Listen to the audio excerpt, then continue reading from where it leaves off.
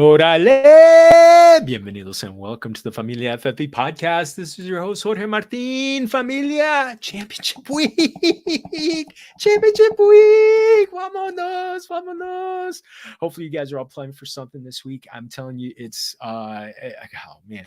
I feel like I've limped to this point at the end. I'm in one championship, but hey, you know what? Not only that, I'm bringing you a champ himself. So he's so built that they call him Tank now. So seriously, you know, Familia, this has been one of my compadres for, going on 3 years now. Just one of these people. Geez, it's so funny to see how this group of people that we're in a Twitter chat room for a Twitter chat for a while back, and now all these people are popping up all over the place. So you can find his work at Razzball. You can find his work at FantasyPros. I call him compadre. My don't stop believing, brother. Don't stop believing. Nate Polvogt. Call him Tank, Familia. Welcome. Oh, we're on mute. I have this habit of muting this mic, right? It's a thing I do when I'm not talking. And anyway, Jorge, it is so great to be here. Championship weekend. I have no skin in the game this weekend, oddly, for the first time in probably 15 years. Got bounced in my home league first week of the playoffs, even though I was the number one seed. Then I got bounced in the other two that I made it past week one, and here we are. I get to enjoy football this weekend. Oh, that's a beautiful thing. That's a beautiful thing. So you didn't have the pleasure of sitting Joe Flacco last night. So I did not. I did. I had that no. A lot of people did. Yeah. Oh my goodness. My one and only dynasty honestly, it was a draft that I actually, our friend Eagle Dan convinced me to join the draft like an hour into it, and my first round pick had already gone, and it was Christian McCaffrey. So I was like, okay, that's fine. But yeah, and then it just went nuts. Yeah, gosh, it's so funny. But hey, what are you gonna do? But I sat him for Tyrod. I sat him for Tyrod Taylor. So can you believe that? Well, you never know what Tyrod Taylor could do on Sunday, right? Oh my goodness. Yeah. So we get to, let's say hello to some people in the chat. So Dame Overboard. Oh, hola. And Alberto, thank you for jumping on. Man, we got us a crew today, man. Look, this is beautiful. I love it. A lot of people in. Oh my God, this is fantastic. I think we're just gonna have fun with the chat right now. So I forget about the show sheet. El Jefe. What is up, Jeff? Oh man, Jefe. I think you bounced. Me in the draft that never ends. So I think that. That's awesome. Jefe, thank you. Yeah, hopefully it's I hear the weather's nice in the Midwest right now. So oh man, Brad Bolt, look at this. Oh my boy. This is Brad, I'll text you back after the show, I promise. Promise. I've been running around like a crazy man all afternoon. Oh man, and Mr. Scamper's not enjoying the championship holiday, but are you enjoying Festive? Did you enjoy Festivus 6 days ago? So that was the important thing. That is the important thing. Yeah, you know what, Jeff, I tried to get the administrative assistant, and I ended up having to do all the transaction myself. So if I win in the one league, that one dynasty league where I got an administrative assistant, I'm going to keep the money to myself. So, God, if we could all just have an administrative assistant, it's like during COVID when we were all in that chat together. Dude, how many leagues did we join? All of us. I know that 3 leagues came out of that chat specifically. One of them turned into best ball. But I think that year I went from 3 leagues to like 20. Yeah. In like a span of 2 months with startups. So yeah, we all need administrative assistants. I know. I think this year I counted it up at about 24, 25. And it just, I'm like, okay, at least in the teens, get back into the teens, right. Please, por favor, get back to that. But it's so funny when we're playing with people that we like. It's hard not to say no. So amigo, so did you have a bad beat? Because I have a bad beat, one of the all-time bad beat stories to share. Well, that knocked you out of the playoffs. Yes, I do. And it's very frustrating. So in my home league, this seems to happen to me every year, but this year was especially frustrating. I was started out 2-2, and I didn't lose again. Walk into the playoffs 12-2. I was the top team in the league. I'm facing, because we don't have a bye week in the first week. We have 8 teams advance, just how it's been since the beginning of our league 15 years ago. 8th seed beat me by 60 points. Oh, who was the guy who did it? Was this last week or? This was 2 weeks ago. It was week 15. It was Deanna Cusick. Her and her husband Sean are both in our league, and she has advanced to the championship. And who was the player? Who was one of the players that did you in? Oh, Keenan Allen, CJ Stroud. Those were the 2 big ones. And Cooper Kupp. Cooper Kupp just drastically underperforming. That was a killer. And I lost Nick Chubb early in the season. So man, the fact that I got, I can't complain. I'm just mad that Jen didn't advance either. She won it last year and finished second the year before, I believe. I just wanted one of us to at least finish third, Yeah. But always another year. Oh man.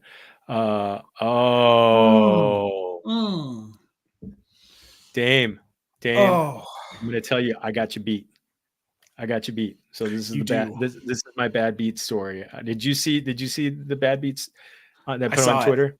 So Familia, for those who missed it, in my Familia League, which inspired Familia FFB, I have never won the championship. I think the league's been around since 2009. I've been the first seed like 4 or 5 times and lost every time. Number 1 seed again this year, 11-3. And was getting, I had made every wrong decision. We don't, our commissioner, to make the league extra hard, does not allow transactions during the playoffs. So you have to pick backups. So I even picked up a backup kicker.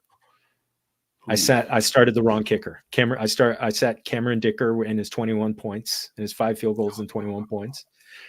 Also sat George Kittle for Chris Godwin, but this is what happens. I'm trailing 35 points going into the game on Monday Night Football. My cousin Raul is done. I've got Lamar Jackson and Zay Flowers. All of a sudden, whoosh, come back. I mean, I'm like 4 points down, like midway through the third quarter. It's fantastic. Then all of a sudden, it's in a deadlock tie, Familia. In a deadlock tie. We're at 89.32. And it stayed that way because like it was midway through the fourth quarter, and it stayed that way. And then all of a sudden, Lamar stopped running. He stopped passing. He just started handing off because they're way up. Get down to the last play of the game, the very last play of the game. It's they've got the ball, kneel down, -0.1, lost by 0.1. Game 0.1. I do a smule. Painful. There's only 2 bad beats that I have that are worse. One was a winner take all championship where it was $1,000 pot and we ended up tying. And on the Sunday Night Football of the last game, we had the Tampa Bay Buccaneers defense when they were like fantastic, and the court they pitched a shutout. They threw pitched a shutout, but I needed one more sack, and the quarterback who was playing for the Bears just kept going 1 yard ahead, just kept falling 1 yard forward, and ended up tying and losing the tiebreaker. That's the worst beat, losing a take all. And then the other one was in a baseball league where in the 7th inning of the last game of the season, a pitcher who wasn't even supposed to pitch that day came on mop up duty, throws a 3-run home run that knocked me from first to second place. And in 7th inning of the last game of the season. So that's brutal. Yeah. So man. Yeah. So that's tough. Fantasy sports can be brutal. I'm not necessarily proud of this. Years ago, I was in a fantasy hockey league. The only time I ever played fantasy hockey, I was all in for the first half of the season. This will tell you how long ago it was. Eddie Belfour was my goalie. Oh my goodness. Yeah. So, but after the All-Star break, I got busy with work and stuff, and I just kind of forgot that I was in the league, right? I stopped setting my lineup. I didn't do anything with it. End of the season, I won the league without touching my roster for the second half of the season. Oh my goodness. I was that guy. That's a bad beat for the whole league. That's a bad. Yeah, so you were the taco, right? You were the taco of the. I was the taco. See, fortunately though, this was like 2002, so I can't. I'm sure that nobody remembers it, or one of them is going to see me in public one day and punch me for it. I don't know. We'll have to see. So, man, I mean, think about all the places we're all over North America. We're in Toronto. We also had Australia. Yeah. So it just, oh my goodness, we're hitting everywhere. This is fantastic. Toronto Dave, I love it. Thank you for joining us. Sven, oh, mi amigo. Texas representing here. Gosh, Texas, we got Ohio. We got, we got my neighbors, Mr. Scampers and Dame Overboard. So let's see. Awesome. Let me see. Bro Cousins, Chase, JJ Olave. Oh my goodness. Oh, hey. Well, you know what? Maybe Caleb Williams or Drake May coming your way.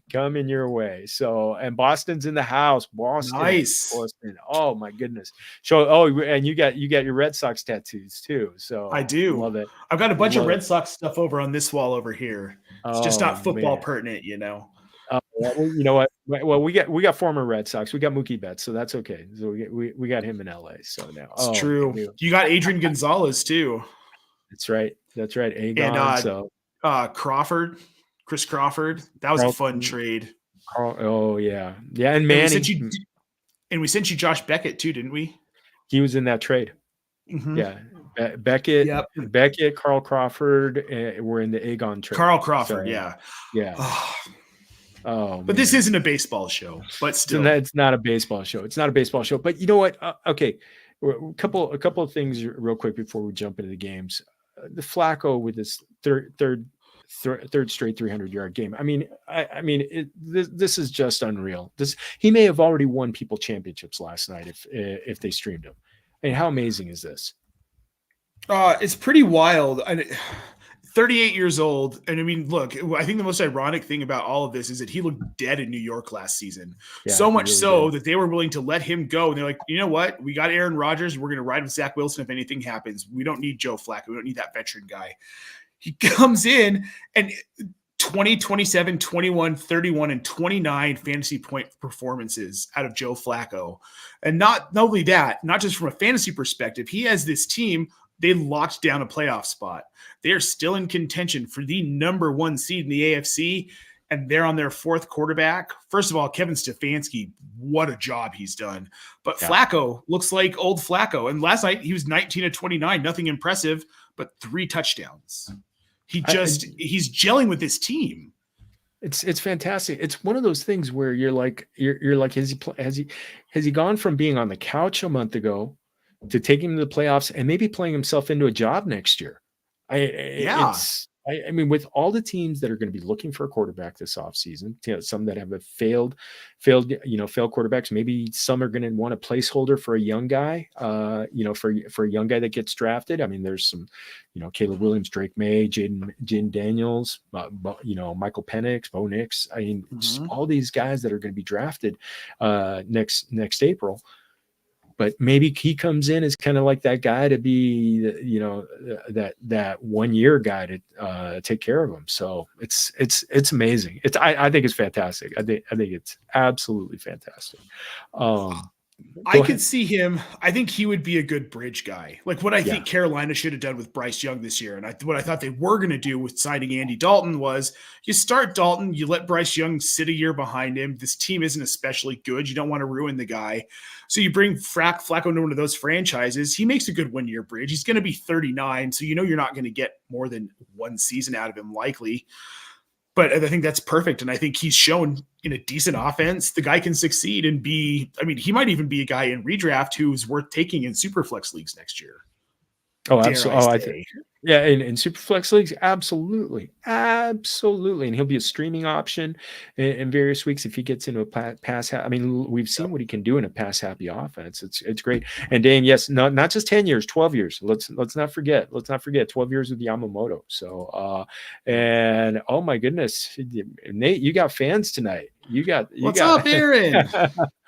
and yes, he was so bad in Denver. He was putrid in Denver. Oh my goodness. Well, speaking of Denver, now all these details are coming out about Russ. You're in the backyard, and now they're talking about how this injury clause, they took it out. They wanted him to sign it or I mean take it out of his contract, or they were going to release him. How amazing is this? It's wild as a Broncos fan. It's frustrating because we're looking at a team that's could get to the playoffs, and now what with Jared Stidham. I do feel bad for Russell Wilson. I'll say this though, it is a business and it sucks. The business side of this sucks, especially when you've got a guy who's a known good guy, even though maybe a little cringy at times, in Russell Wilson, who has been a good guy in the community in Denver, and you hate to see him get treated like this. It's a football move. He's going to land somewhere next season on an offense that is primarily going to run the ball, I think. Tweeted about this last night, that I find a team that's going to be run heavy, doesn't ask him to do a lot. He can be more of a game manager because he doesn't have that explosive playability left anymore. And we're seeing that in Denver. He's good enough. Put playmakers around him.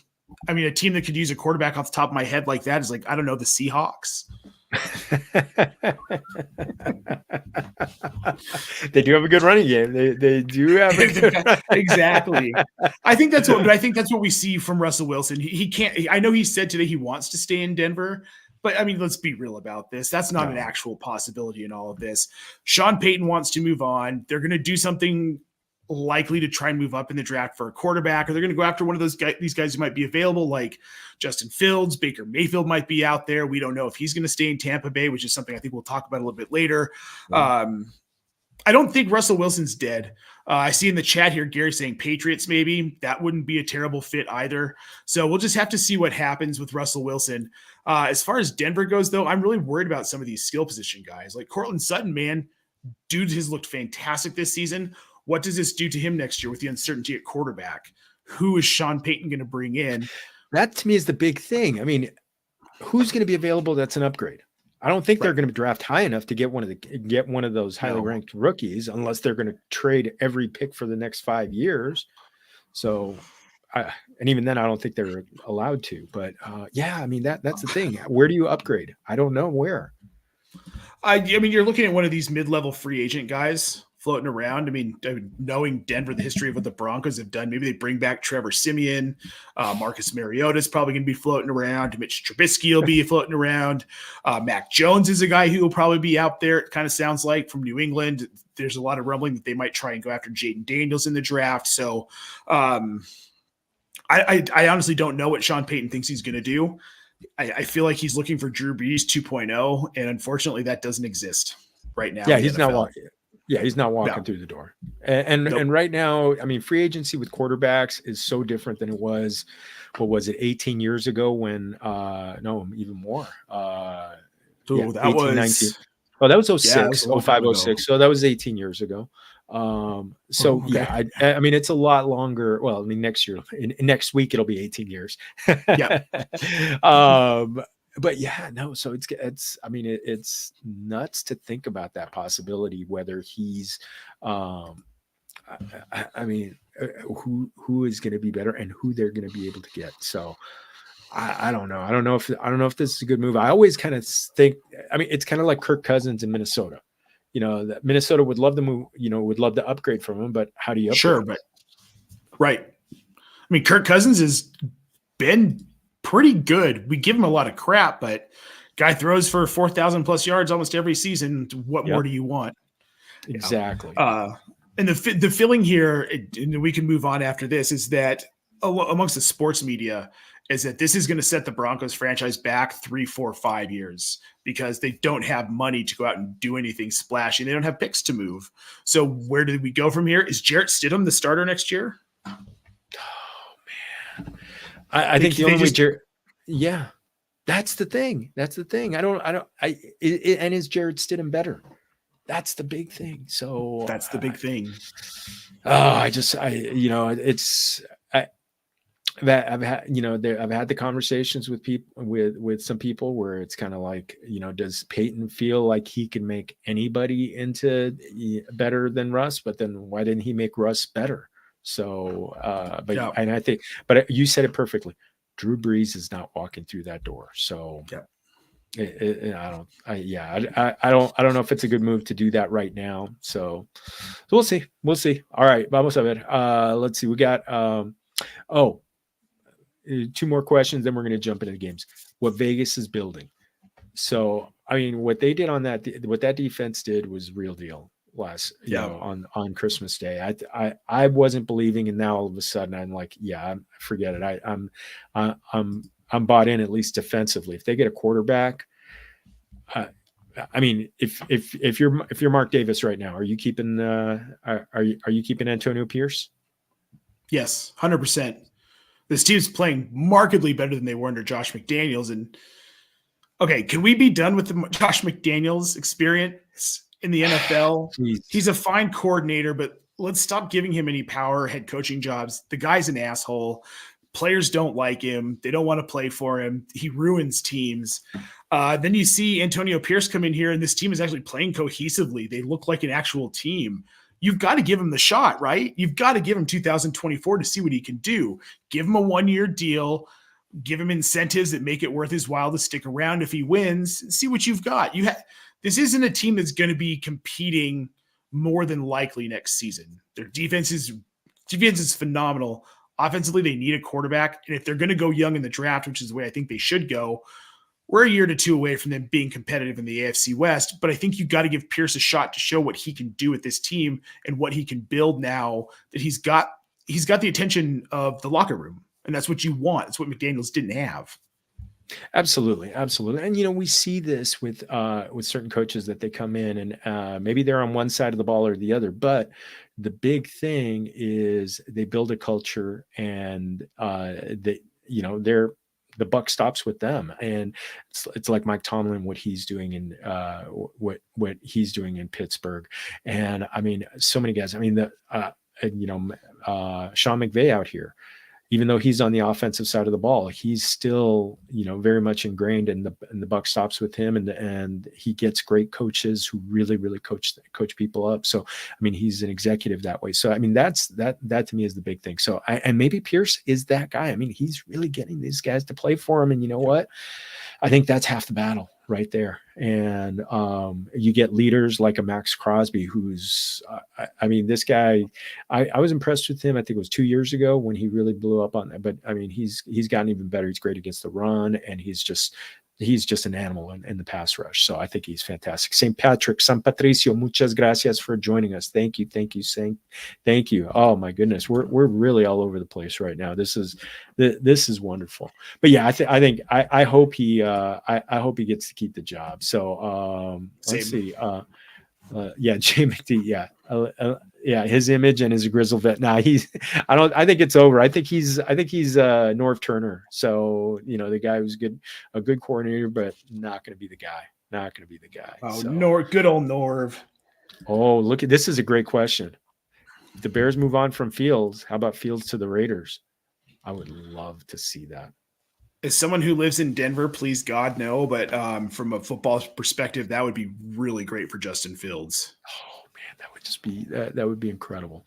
That would be really cool to see that. I mean, they beef up the line a little bit more. I mean, he's already got Devontae there, so I mean, we know that he can unlock a top flight receiver. So that'd be that's sexy. I hadn't thought about that. That's fantastic. That is fantastic. Or maybe Joe Flacco. Just kidding. Maybe, you never know. All right. So one last one. Baker Mayfield. Shout out to Shane Barrett, our mutual amigo, who's the biggest Baker Mayfield fan out there. But is he the biggest? Is he for real? I'm kind of thinking he might be. He's for real. He's absolutely for real. Fun fact, the one thing I didn't get for Christmas, well, there are a lot of things I didn't get for Christmas, but the one I was kind of disappointed in, I asked for a creamsicle Baker Mayfield jersey. I know. Hated him at Oklahoma. Hated him. You can see my CU thing behind. So Yep. I grew up hating the Sooners, the Big Eight and all, which is coming back. Woo. So I'm really not an Oklahoma guy. Didn't really care for Baker Mayfield. Didn't care for his antics in college. But when he got into the NFL, something you could see, you watched him mature in Cleveland. And he became this guy who all of a sudden he was the Heisman winner who was the underdog.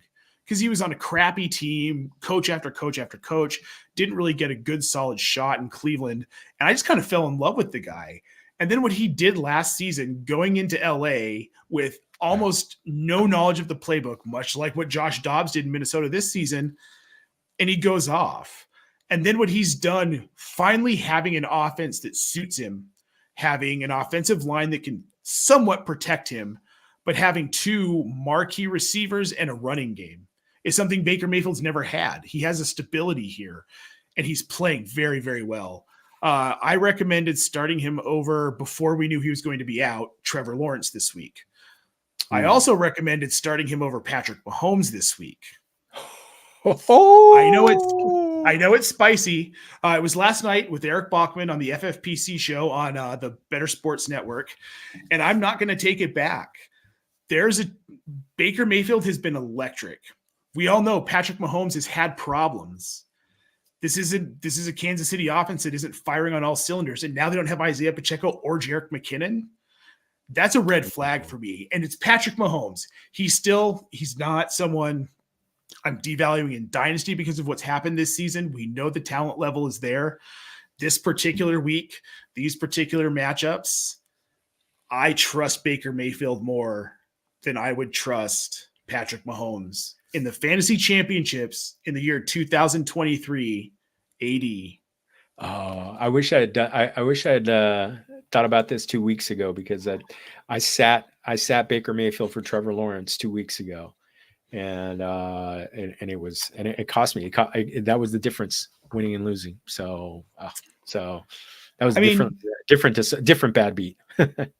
Baker Mayfield's QB 11 right now, Jorge. Yeah. QB 11. I should know this off the top of my head, but being out of the fantasy championships, Patrick Mahomes QB 7. That's not a huge margin between the two. That's interesting. Patrick Mahomes QB 7, Baker Mayfield QB 11. Who would have thought that?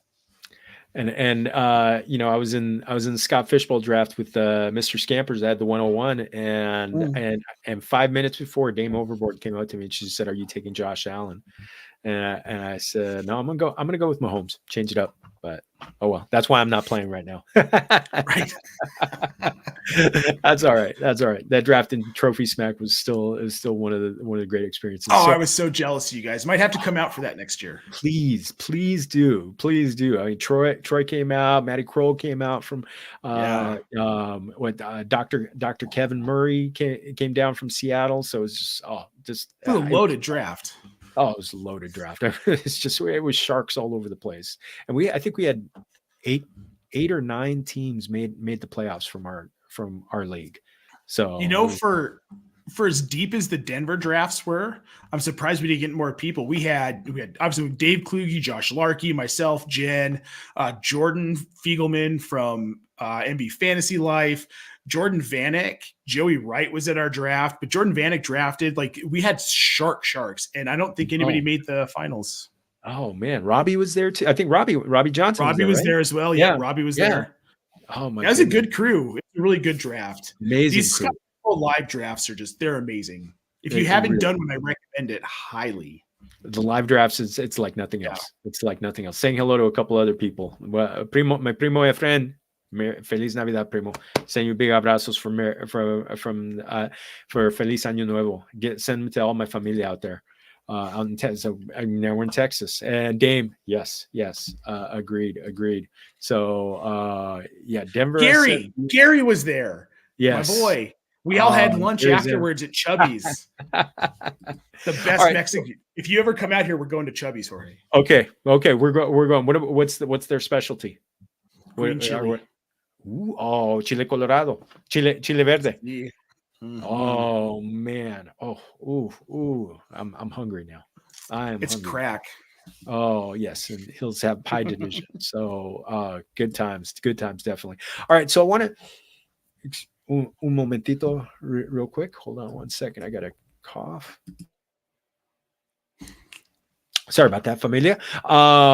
This has been. I'm choked up seeing all the people here today. So everybody's in championships. But I wanted to let's jump into some games, and I'm not going to go through the full slate. Maybe we'll answer some questions at the end about different games. And Familia, if you got any questions about players, games, anything like that, go. Please feel free. But I wanted to jump into the Saturday night game. Lions 11-4 at Cowboys 10-5. Dallas is 5.5-point favorites. 52. I think I just saw that the over under dropped to 52. So it's still a big number, biggest number of the weekend. Is this just start your studs? Start everybody in from this game?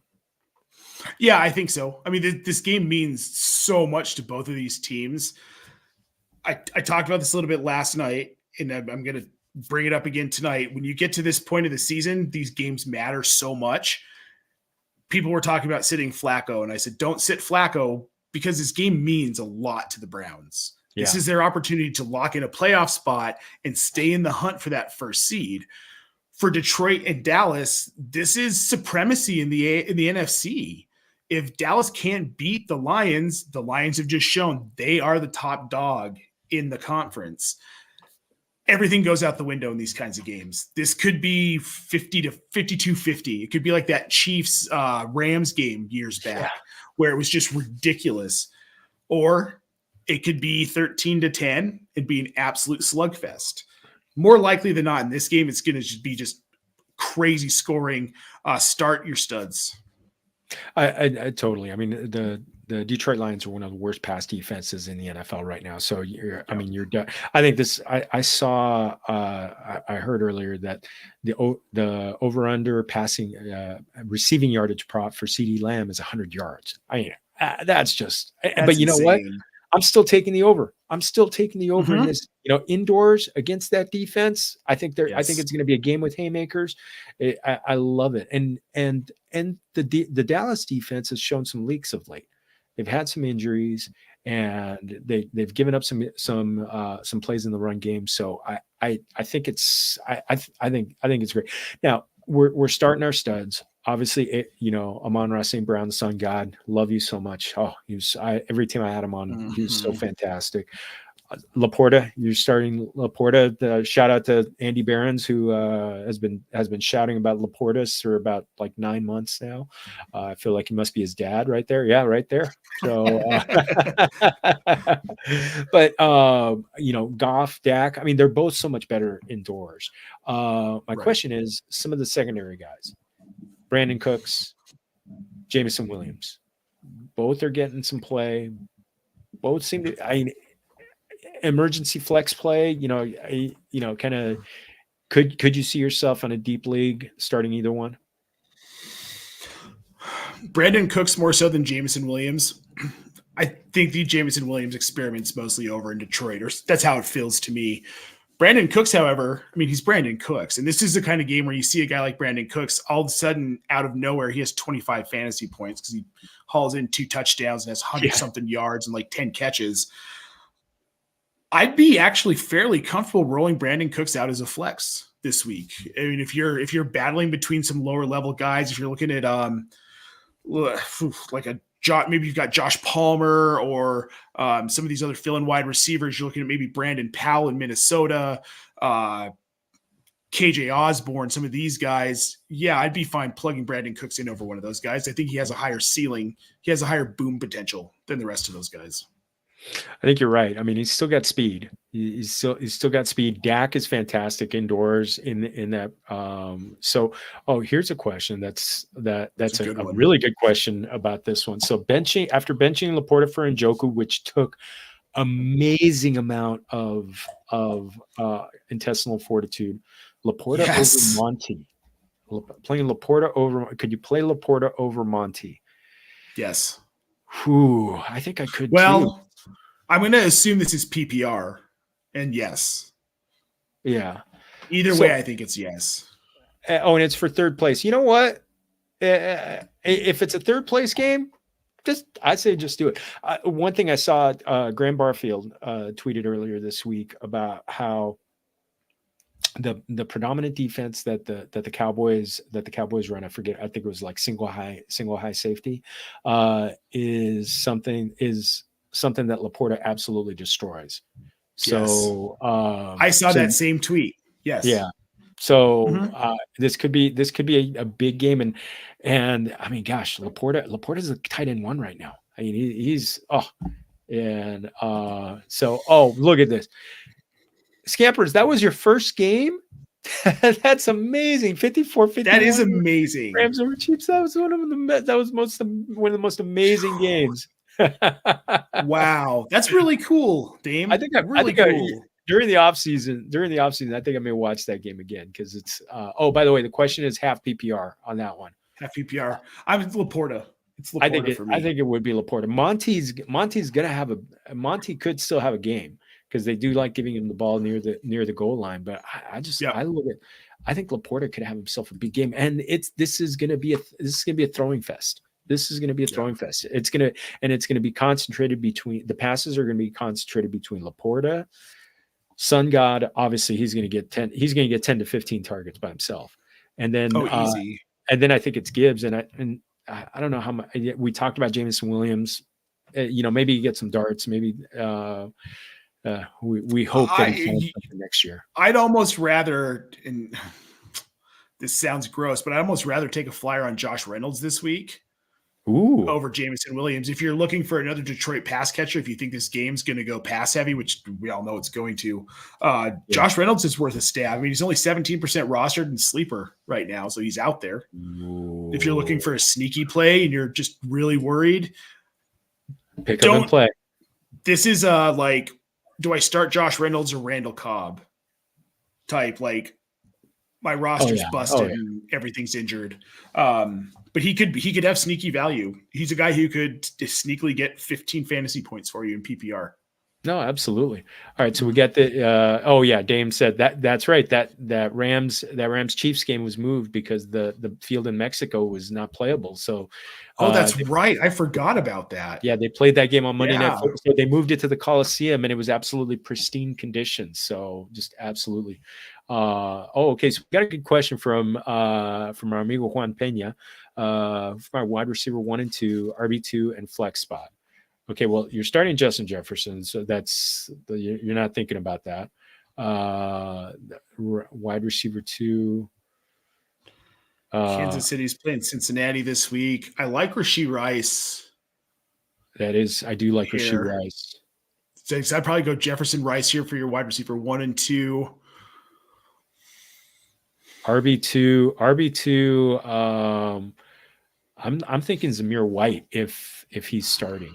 If Josh Jacobs is out, only if Josh Jacobs is declared out. I think Jacobs. I mean, I think they're still up in the air about that, but I'm with you there. But if Jacobs is in, I don't want Josh Jacobs. I want James Conner, I think. I know it's not a great matchup, but James Conner's a guy who just gets his most of the time. If he's healthy, I'm probably going to throw him in there. I think so. And he's getting, even though it's a hell of a matchup in Philadelphia. Philadelphia's been getting beat a little bit with passing, with running backs who catch the ball. And I think he caught like 80 yards worth of balls. Tyler Lockett is sneaky play this week though, because the Steelers do get beat up in the slot. So that's one of those things. I wouldn't play Myers because I think the Raiders are just looking to run the ball. So. So Juan, let's see. Let's see what else. Derek Carr, Kyler Murray, or Browning. I don't know. I think I take Browning out against the Chiefs. I don't want any. I don't want him going. So it's either Carr or Murray for my money. Probably Murray. I think the running ability, and then he's going to have to throw because the Eagles are going to be throwing, and the Eagles are gettable in the secondary. So, well, and at least Kyler Murray's floor is positive points, and Derek Carr's floor is like negative points the way he's been playing. So I think it has to be Kyler Murray. I think it has to be. Has to be. He's got the biggest ceiling, and if you need ceiling for championship week, right there. And but yeah, that matchup is good. Defenses: Jags against the Panthers, Rams against the Giants, or Colts against the Raiders. So I'm probably gonna go Jags here. I think so. I think so. It's a home game for them.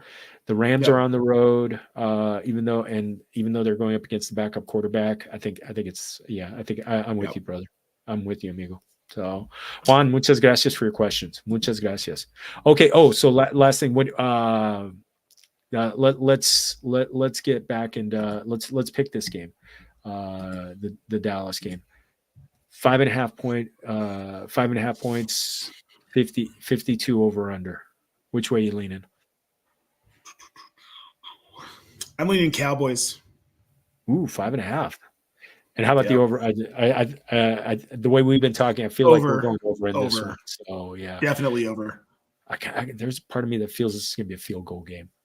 Those these kind of spreads always kind of worry me because it's either going to be 7 or it's going to be 3.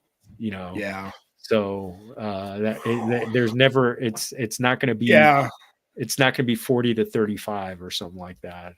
Right. So love it. All right, well let's go to the probably the biggest game on Sunday. Dolphins at the Ravens. I mean, two fantastic defenses going against each other. Two of the best offenses. The Dolphins are the number 1 team in points scored. The Ravens are the 4th.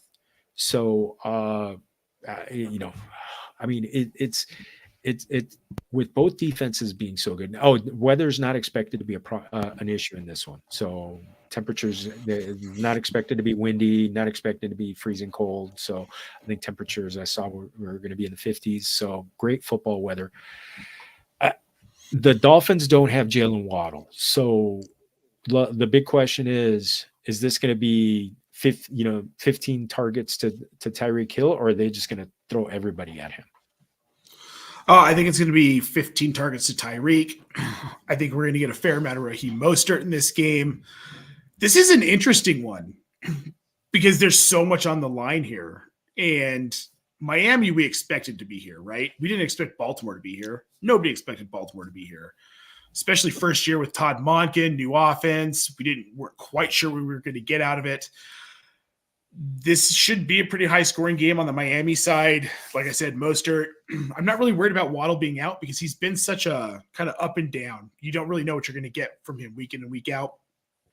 This offense can exist without him. But Raheem Mostert, could this be like a 40-point? Could he be the league winner this weekend? Oh, how amazing would that be?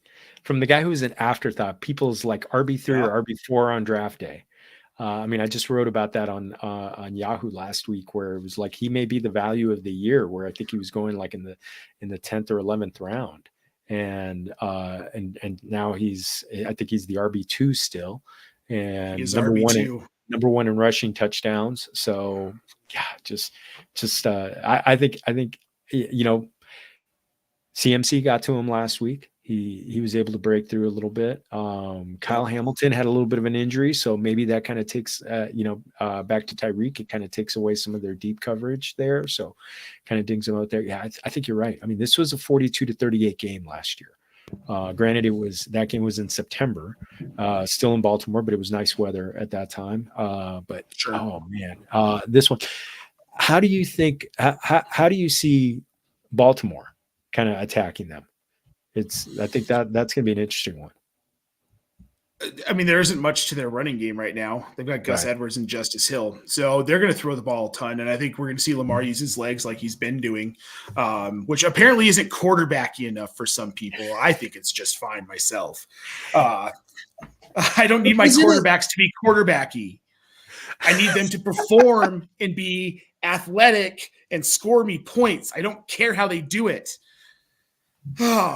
Mini rant here over. I honestly feel like this year he's sticking in the pocket, even though he's leading the league in leading quarterbacks in rushing, and it's not even very close. But I mean, he's playing quarterback. He's playing quarterback very well. And I mean, hanging in the pocket, winning from the pocket. That's the other thing that so many Yes. people love to talk about. And his numbers are not going to be gaudy. I don't even know. I don't even think he'll get close to 4,000. He may get close to 4,000 passing yards, but He could. It's If this game is a shootout, and then they've got Pittsburgh in Week 18, if they still have something to play for, if you want to say that Lamar Jackson isn't quarterbacky, he has more passing yards through 15 games this season with 2 more to go than he has in his entire career. This is his highest single season passing total. And he won MVP in 2019 with 240 less passing yards. Yeah, this dude has done it all. He's done it all this season. It's nothing short of fantastic. And I wish I had him playing in the fantasy championship because I'm already off to my other Cleveland guys got off to a nice lead. Yeah. So I'm probably gonna crush the third place game. So love that. Hey, it's still money. At least you get your money back, right? I'll be playing for free. Exactly. So on the Ravens side, I loved what I saw from Zay Flowers last week. And so I think he's going to continue to be the primary look, and I think they might do some things to kind of free him up so he's not one-on-one with Jalen Ramsey all day long. So I love this offense. Love this offense so much. Where do you think this one goes? Because this 3 points is pretty interesting. I think Miami wins. Ooh, that's fantastic. I think Mike McDaniel has been scheming for this game for like 3 weeks. And I think this is his opportunity to say, no, look at this. This isn't just a fleeting team here. We're 11-4 now. We're 12-4, tied with the Ravens at 12-4. And I think Miami probably wins it by a touchdown, maybe even 2. Wow. Love it. I think it's a high scoring game, but I think maybe it's one of those like 42 to like 28. That'd be fair. That'd maybe Miami gets a late fourth quarter touchdown to kind of seal the deal. That's amazing. So now that to me would be very important because the fact that if the Dolphins win this game, then they've got the tiebreaker on the Ravens, and they would have a clear shot at the number 1 seed with a home game against Buffalo the next week. So I think that'd be so sexy. That would be so sexy. All right, so we got a question. Indeed. We got a quick question in the chat. Speaking of, since we're still on Baltimore, if Zay Flowers is healthy, do you play him or JSN at a flex spot? I don't think it's a question. I have to go Zay Flowers here. Yeah. We're looking at probably the higher passing volume game versus Seattle, who's not going to throw nearly as much against a Pittsburgh defense that gets a lot of pressure on quarterbacks, and Geno Smith has not done well with that this year. It's Zay Flowers. Better game script. Yeah, better game script. It's more possibility that he's gonna get 10 targets, and he's the number 1 target on his team. Whereas JSN is second, third. So you want the number 1 guy. And again, this is going to be a passing environment. Yeah. We're going to see a lot of throws in this one. So, okay. These next 3, we may not need to spend a lot of time on, but Rams at Giants, I put it on there because I'm a Rams fan. So, and I wanted to talk about Matthew Stafford being, absolutely spectacular. 14 touchdowns and 1 interception in his last 5 games. I honestly think right now the Rams could have a lot of players that bring fantasy championships. Kyren Williams. Kyren Williams for sure. Fab of the year.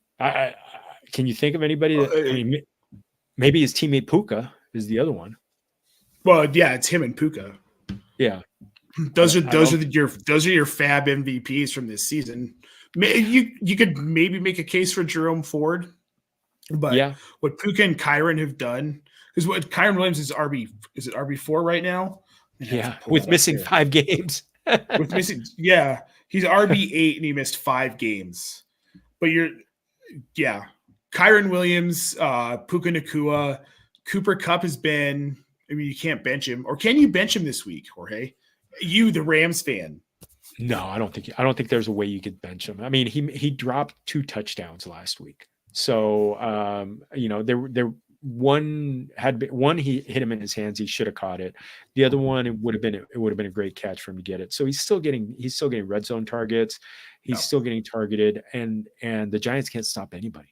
So I mean, I'm starting DeMarcus Robinson. The league I told you where I started Flacco. Also had Amari Cooper, so So when I sat Cooper and I sat Flacco, I started DeMarcus Robinson who's got 4 touchdowns he's got touchdowns in each of the last 4 games. So who saw that coming? Jorge, why couldn't they have done this with Allen Robinson last year? Oh, that's all we wanted. Oh, we don't ask for much. Yeah, well, you know what? Part of the reason why Matthew Stafford wasn't healthy last year. So that is what.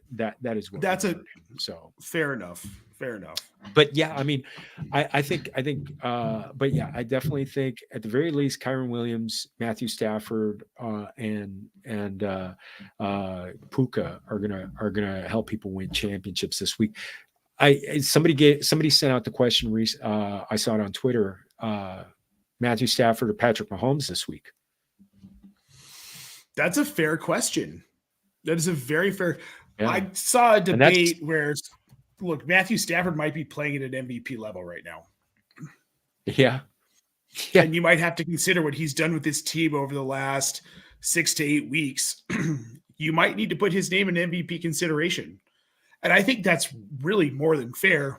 And in championship weekend against the Giants, Yeah. The New York Football Giants with Tyrod Taylor, who I'm going to end up starting instead of Flacco in that league. So that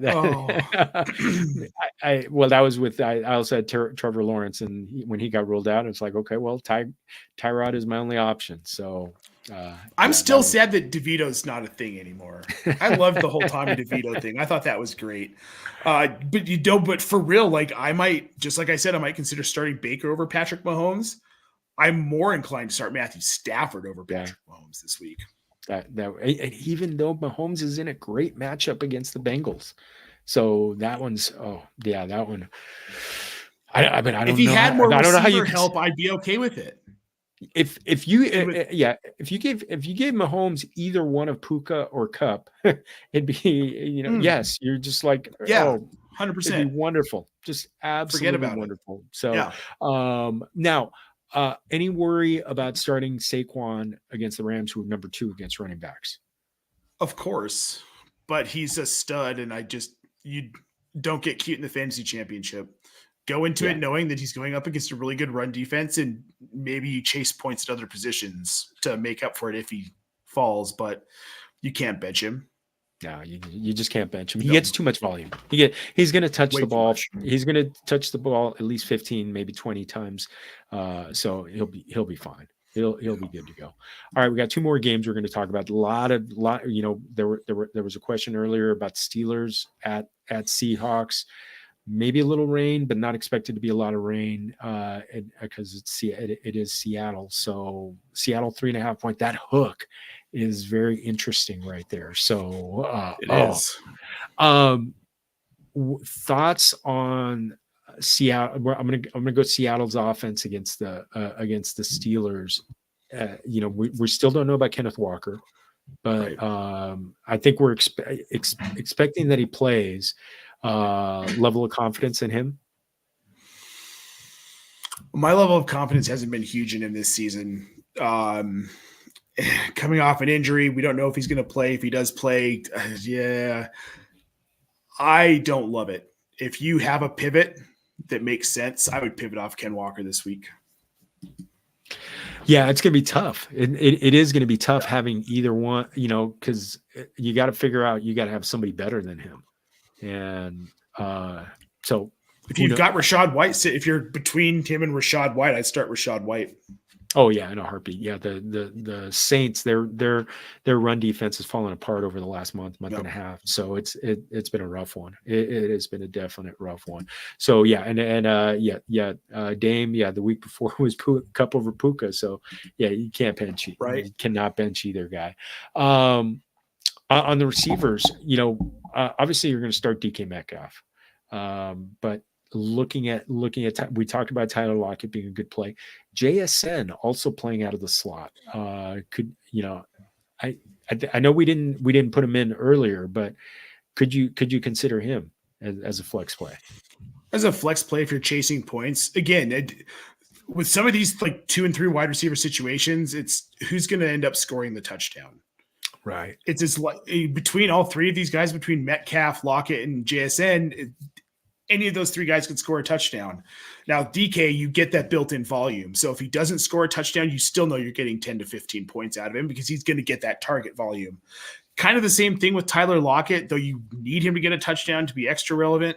Same thing with JSN, but I'm okay plugging him in if you're chasing points. Again, if you're in a situation where you're starting Saquon, I need that boom guy, and I'm willing to take a risk in the flex. JSN, if he gets a touchdown, he could be a 15 to 20 point guy for you this week. If he doesn't get the touchdown, he can still chase that touchdown. It's a fantasy championships, man. You got to go for it. You got to take some risks. Got to take some risks. I mean, preferably taking risks with a guy who you can see getting 10, maybe 10 or so targets. I don't know if JSN is that guy this week because I think DK is that guy. I think Lockett gets you 8 to 10. But yeah, I mean, JSN maybe gets 6 to 10 if he gets, hot. So. And I'm okay if he gets 6 targets. If I start him in a flex, if like 2 of those targets get him 30 to 40 yards. So muy bien. On the other side, the Seahawks run defense is, I mean, we're not talking about Mason Rudolph starting for fantasy teams. So we haven't been drinking that much yet. So we're not going there. But looking at the running backs, and I made this argument that Najee Harris and Jaylen Warren individually for various teams could be option at RB2 or even flex plays against the Seattle defense. I mean, they're number 6 in fantasy points allowed, most fantasy points allowed into the running backs. It could be. I mean. I could if I've got a team where like my RB2 is I spent up a wide receiver, obviously maybe went a hero running back kind of thing. I could see maybe starting one of these guys in that RB2 slot. Right? Am I crazy here? But this week especially it's been a toss-up for me all season between Jaylen Warren and Najee Harris because from week to week, who's going to be the guy who gets more volume? And we're starting to see it break down to Najee Harris gets the rushing volume. Jaylen Warren's getting most of the passing volume, especially last week, 19 carries for Harris. But then we only had 8 carries for Warren, but he had 6 targets and 5 catches. So he got a solid 12.6 fantasy points in PPR against Seattle, a team that is putrid against the run and a Mike Tomlin offense that they're 8-7. He wants to be 9-7. He doesn't want to hit that 8-8. And teeter on not getting that winning season because guy has love it or not, the guy's got a 17-year streak going here. He wants to see it continue. Winning seasons. The best chance for them to win is Najee Harris just pounding the rock. Somewhere 15 to 20 carry range, probably gets a touchdown. Week similar to last week where he gets 18, right in that 18-point range just on the ground. I would go with Najee Harris and quite comfortably. Honestly, as an RB2 or a flex. I think so. I think he's going to get the volume. But on also from the receiver side, after that blow up game, the DBs are a little bit better in Seattle. They have gotten burned a little bit, but are you with the championship on the line? Are you starting Pickens or Deontay Johnson with confidence? No. If you don't have a choice, I'm probably going with George Pickens of the 2. Deontay Johnson, He's been frustrating. It's been very frustrating. Yeah. Been very, very. I was on a soapbox for him this offseason. Like, forget about the drops. Year 2 of Kenny Pickett. Like, this is an offense that's going to gel, and I'm very excited for it. Wow, was I wrong about Kenny Pickett? And I'll take the L on that one. I'm sorry, Herms, buddy. You know how much it hurts me too, my fellow Steelers fan. I'll take the L on my Kenny Pickett. I thought he was going to be much better this year. George Pickens has the best opportunity to go off. But Deontay Johnson isn't getting anywhere near my starting lineup in a championship this week. Oh man. Okay, we got a couple questions on the that are very interesting one. Gary mentioned Kelsey or Laporta full PPR. Laporta. Kelsey's going up against the worst tight end, one of the worst tight end defenses in the NFL. The only one that's given up 1,000 yards to the tight end position. I'm still going Laporta. Gary, can it be both? Can you put one in the flex? I think both. If you get Gary, my brother, if you can, just start them both. I think so. Oh, and we got the Cup or Puka. You can only start one. Well, you got to start Cup with a K. So that's the first thing. So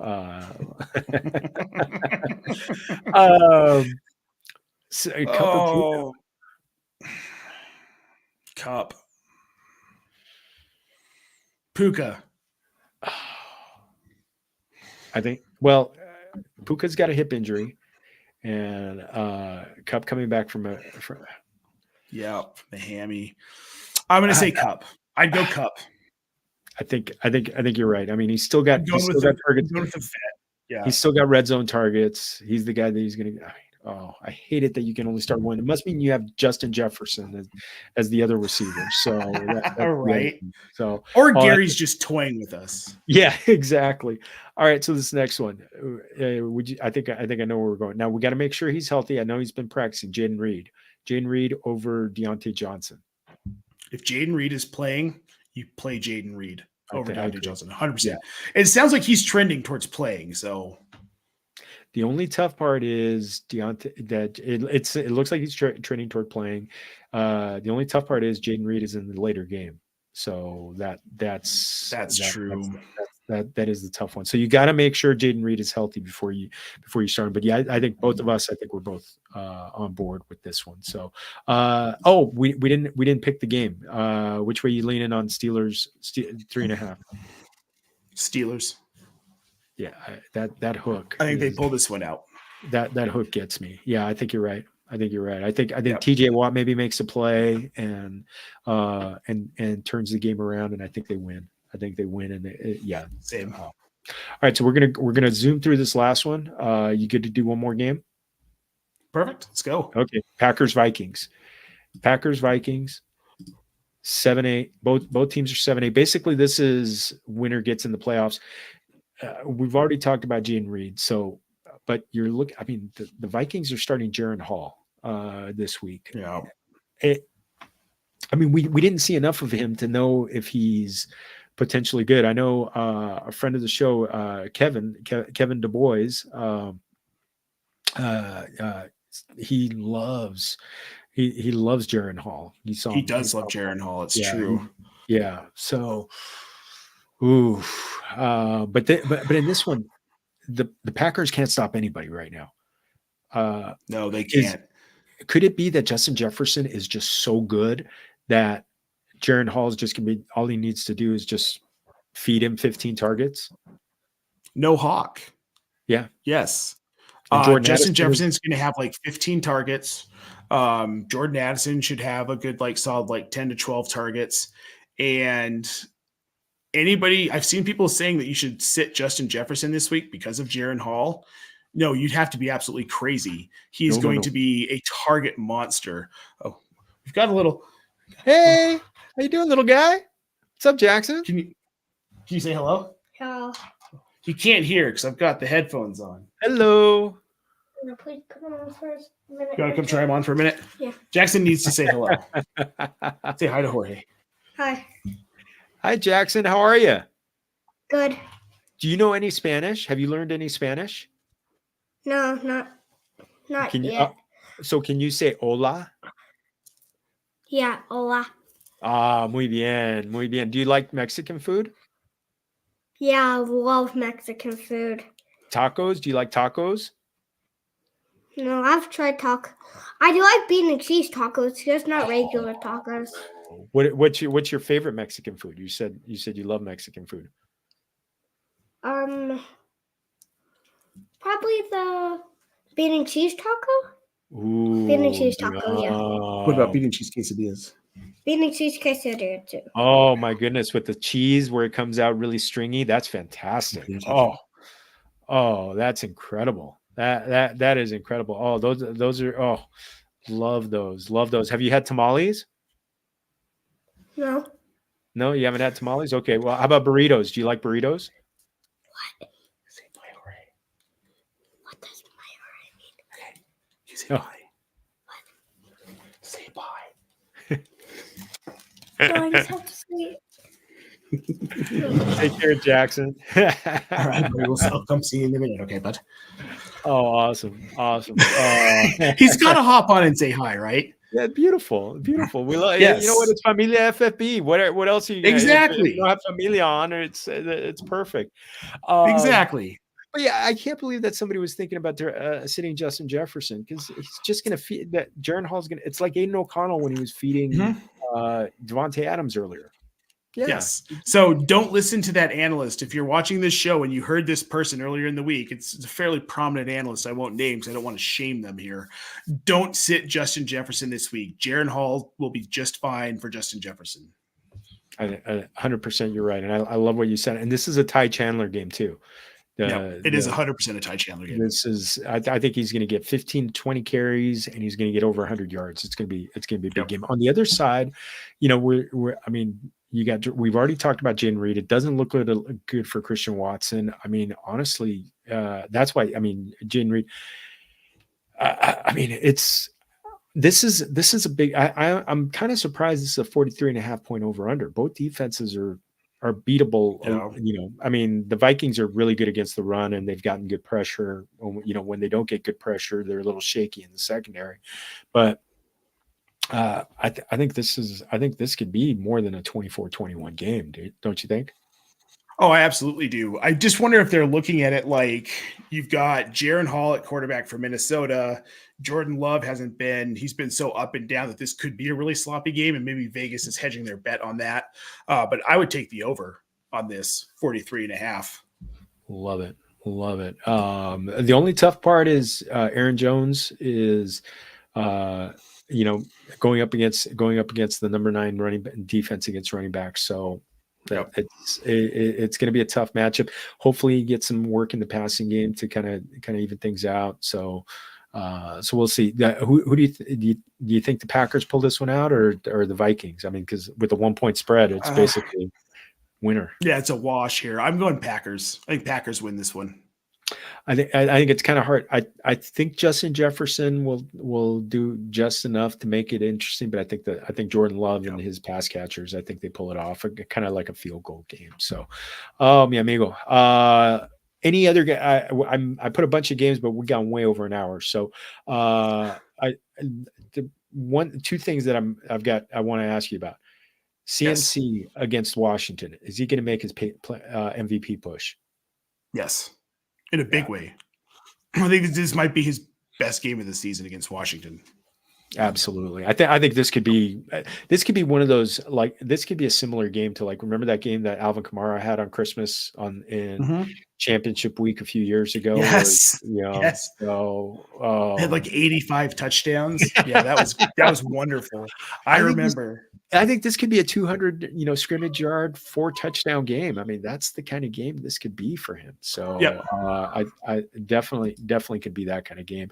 And the last one, CJ Stroud coming back, looks like he's healthy. Is he? Are we looking at him kind of taking back the offensive rookie of the year? I hope so. I love the talent. It's all there. I think if he has a good week this week and next week, yes, I think absolutely he takes that award back. No, awesome. Any other games that you're keeping an eye on this weekend that we haven't talked about? Well, I want the Broncos to win. They will. They will. But other than that, I mean, you hit everything I care about this weekend. So well done, sir. Hey, yeah, much love, brother. Much love. Hey, because we know each other. Because hey, you know what? We haven't sung yet. What for those who are who have done it, and I know Mr. Scampers and Dame Overboard were there at the expo where we belted out a little. Just a city boy. I don't know that I'm liquored up enough to sing tonight, Jorge. Hey, don't stop believing, brother. Don't stop believing. I'll never stop believing. Oh, every time I hear that song, it's literally it's us. Takes us me back to Canton, man. Absolutely perfect. Oh, we do have one more question in the chat, actually. Yes. Jordan Love and Baker, 6-point passing TDs. Who do you like? Oh, Baker. I think it's Baker. You're right. It's Baker. Yeah. Especially when Mike Evans and Chris Godwin are playing right now. And if Christian Watson were playing, if he had every receiver healthy, I might lean Jordan Love, but I think I think you're right. I think it's Baker. So, oh my goodness. Dame, muchas gracias. We appreciate you. Much love. Yeah, the hotel karaoke way more than Jose's Landing. That's why we stayed at the hotel. Oh my goodness. Oh, mi amigo. Hey, any Mexican food you're going to be making any of these days soon? Because probably. We had green chili with tortillas last night. So tonight I'm about to head up and make pizza for the kiddo. And then this weekend's I'm probably going to make some breakfast burritos at some point this weekend. Oh, beautiful. Beautiful, mi amigo. Oh, man. Well, hey, pump anything you got. Please feel free. I've just got a bunch of stuff coming from Fantasy Pros. I'm going to be at the Senior Bowl covering it for Dynasty Diehards. We've got the full collection of our Dynasty Diehards team at the Senior Bowl. So make sure you're following at FF Diehards on Twitter and the Razzball channel over on YouTube. We're going to have a ton of content coming out there. Other than that, man, it's kind of all the same that I've been doing forever and just writing and tweeting. I love it. I love it that you're going to the Senior Bowl. Okay, we're going to have to do a post-mortem on the Senior Bowl. See who we got to get for the Dynasty community. So, definitely. Oh, Familia. Hey, buena suerte in your finals. Buena suerte. Go get that championship. Indeed. Even you game playing for third place, get that championship. And you know where you can find me, Jorge Martin 17. Find my content at Yahoo Fantasy. But hey, always, feliz año nuevo. And remember, todos somos familia. Salud.